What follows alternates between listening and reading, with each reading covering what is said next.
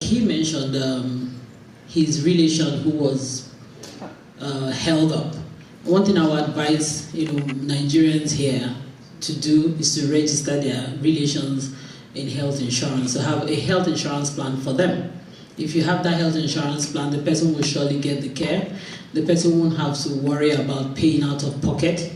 And of course, the expenses will be covered. The way the Nigerian health insurance plans are structured, you don't have co-payments, because we understand. Remember that Nigeria is a developing country, and our peculiarities that we have to be considered. We also know that poverty is an issue. So most health insurance plans don't have co-payments. The basic one, which is what the National Health Insurance offers, is as little as 15,000 naira per year. So it's heavily subsidized by the government. So government is doing something. Then if you want the private health insurance, you can go over and above whatever you want. We even have international partnership with international HMOs. Bupa is heavily in Nigeria. Presently in Novo Health, we partner with IMG. They are here in America. The International Medical Group is a company in America that offers also part of what we're doing. But before you can even subscribe to IMG, you have to have a local health insurance. So we give the local part, and then they give the international part. So if your family is registered, we have a health insurance plan, they would be having those issues. The main aim why government has pushed it up to the state level, local government, asking everybody to register. Now, we might not have so many people, because you talked about in America, most people are covered by their jobs. But you know that the demographics in Nigeria is such that 70% of Nigerians are in the informal sector. So the ones that are in the formal sector get covered.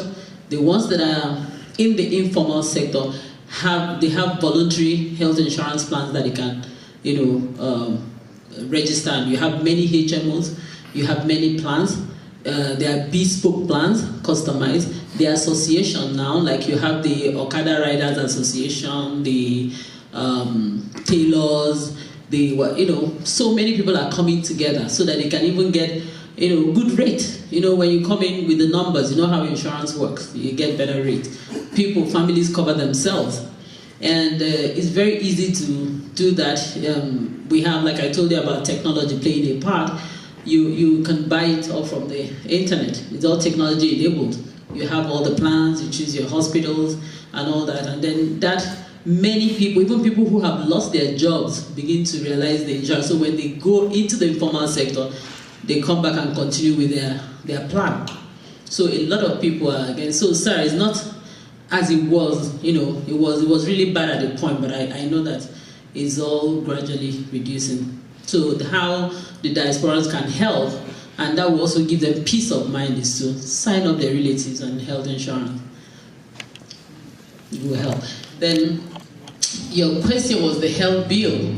So I think there are 5 main parts there, which the rights of the patient is there, the rights of the providers, the hospitals, the health, I think the committee, how it's been set up, the committee on health, and then the budget on health. But if you go online, you can find it.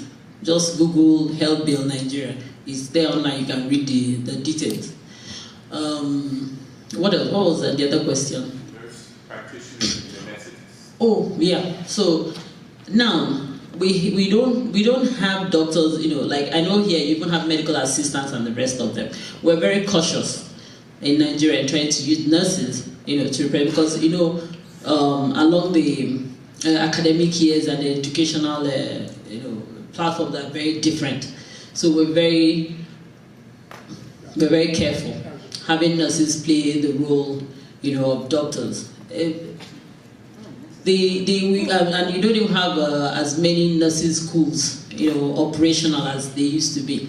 So nurses still play their roles in supporting or assisting doctors, but we don't have them, prescribing drugs and all that as you will have in the States. So, well, I think it's all part of development. Nigeria hasn't gotten to that stage. When we get to that stage, and probably with the help of, like I was mentioning, the people in diaspora investing, bringing in their know-how. Last year I was at the nurses, what was it called? Nurses Nigeria NANA Association, and I spoke there, and I told them the opportunities that exist in Nigeria for them. So what you're talking about is the opportunities that they need to leverage. Most of them want to come and set up, homes, even care coordinators. We need care coordinators. We need people who do home visit. Nurses can operate in that. Then people are ready to pay. People are ready to pay. It's a business opportunities for them to invest in the local government, in their communities. So I spoke to them and said, look, these are the business opportunities that actually exist. For medical tourism, Nigeria is spending $12 billion every year on monies going out. Those monies don't have to go out of Nigeria. Because if you have the nurse practitioners taking care of people at the primary level, those monies will be spent. Because when it starts going out of Nigeria is when that high blood pressure that could have been, curtailed skyrockets and becomes a renal failure.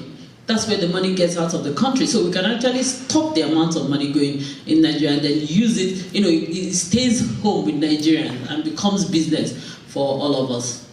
Thank you.